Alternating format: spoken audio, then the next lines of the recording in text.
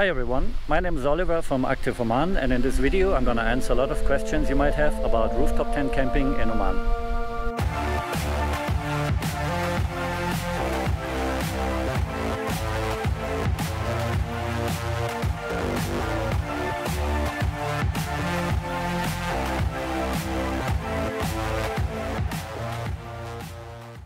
So with Active Oman we are renting out 4x4 with rooftop tents and camping gear as a package.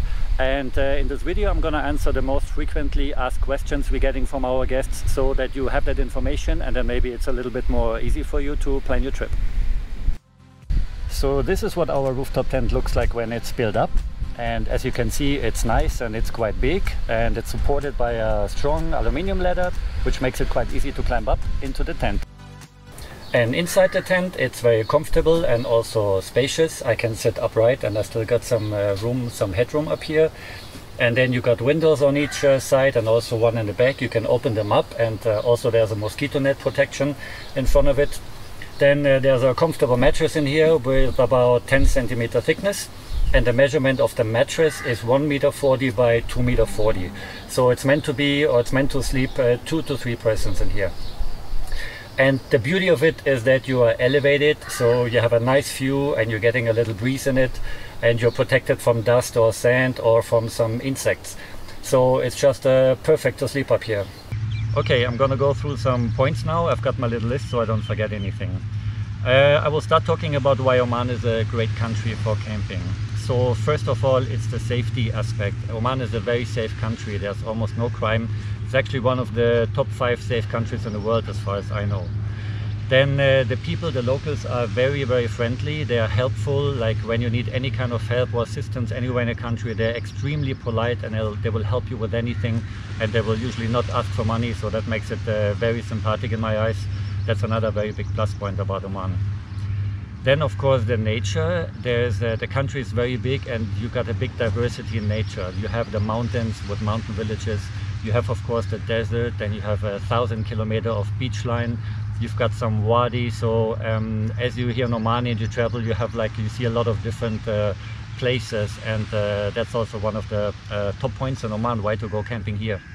Because some people, they think Oman is only brown color and desert, and it's not like that. It's very diverse. It has a lot of green as well.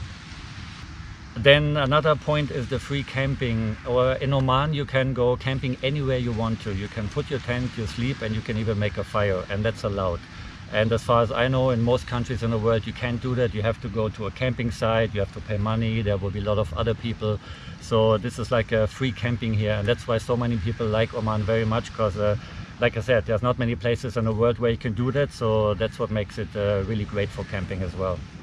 And the sun guarantee. You have a 99% chance of blue sky and sunshine all throughout the year, so very little risk of running into rain or bad weather. That's another point. Then the food supply. Oman has a very good infrastructure, and all over the country, in most places, you have towns and villages all over, gas stations, little grocery shops.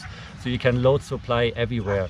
You don't need to be thinking about like ahead of a week or two, like maybe you do in Africa, where you're in the middle of nowhere for the whole week and you need to load up the supplies. Here in Oman you don't. You can drive half an hour in some direction, and you will hit a small village or town in most places. And you can load up with ice for the cool box and drinking water, shower water, or food. So that's very easy as well. Then of course the desert driving. Can you go alone in the desert as a not experienced driver? The answer is yes, you can. It's actually really easy. There are a couple towns in front of the desert. The main town is called Minta Repedia. So first of all, there are some tire shops. So you would go to a tire shop and they will deflate your car, so you don't need to worry about that. Then you drive in the desert on pre-driven roads, pistes, and the pistes always go all straight in one direction, southeast. And usually they go to some of the desert camps or like resorts. They're like little hotels, little resorts in the middle of the desert. So they all got pistes, and they're usually between 10 and 20 kilometers inside the desert, and they all go straight, so you cannot really get lost. And also on the track you've got tourists driving and you've got Bedouins driving, so it's not like you're completely alone. In case you should get stuck, then somebody will always help you. But it's very difficult to get stuck there, because the road is, the piste is easy, and with a 4x4 it's very easy to just drive straight to the camp. So I recommend to pick a camp and then go to that camp and pass it, and then behind the camp you look for a nice little empty spot. You can maybe then go a little bit off the main piste and find a place to camp, and then the next day you just go back, hit the piste and go back to the village and inflate your tires, and then that's it. And unfortunately there's a bit of a scam going on sometimes. Some Bedouins, not all of them, only a few maybe, but they do the scam. They follow the tourists, they stop the car and they make them believe that they're wrong and that it's very difficult to navigate in the desert and they're lost and everything, and then of course they want to guide you to your place and they charge ridiculous amount of money for it. So don't fall for that. That's a scam, and it's really not necessary. You can find all those camping places very easy.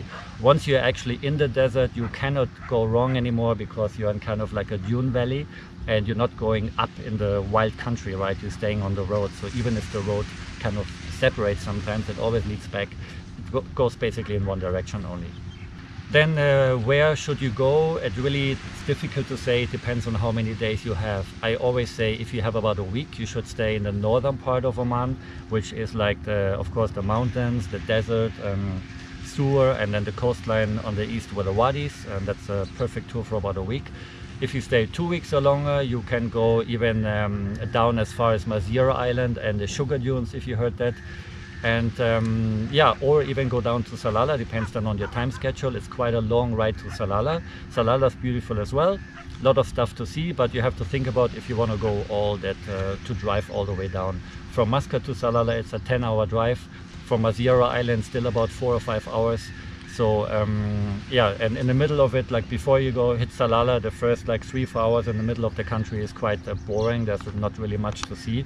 So it really depends on your time. When guests are here for 2 weeks or 3 weeks, of course they have enough time. They take their time, they camp on the way, they do Salalah, and then they drive back up to Muscat. Well, thank you for watching this video. I hope you liked the information and it will help you planning your trip to Oman. And if you have any further questions, you're welcome to drop us an email or a WhatsApp message. We'll be happy to answer any other questions you might have about Oman. And maybe then see you soon in Oman.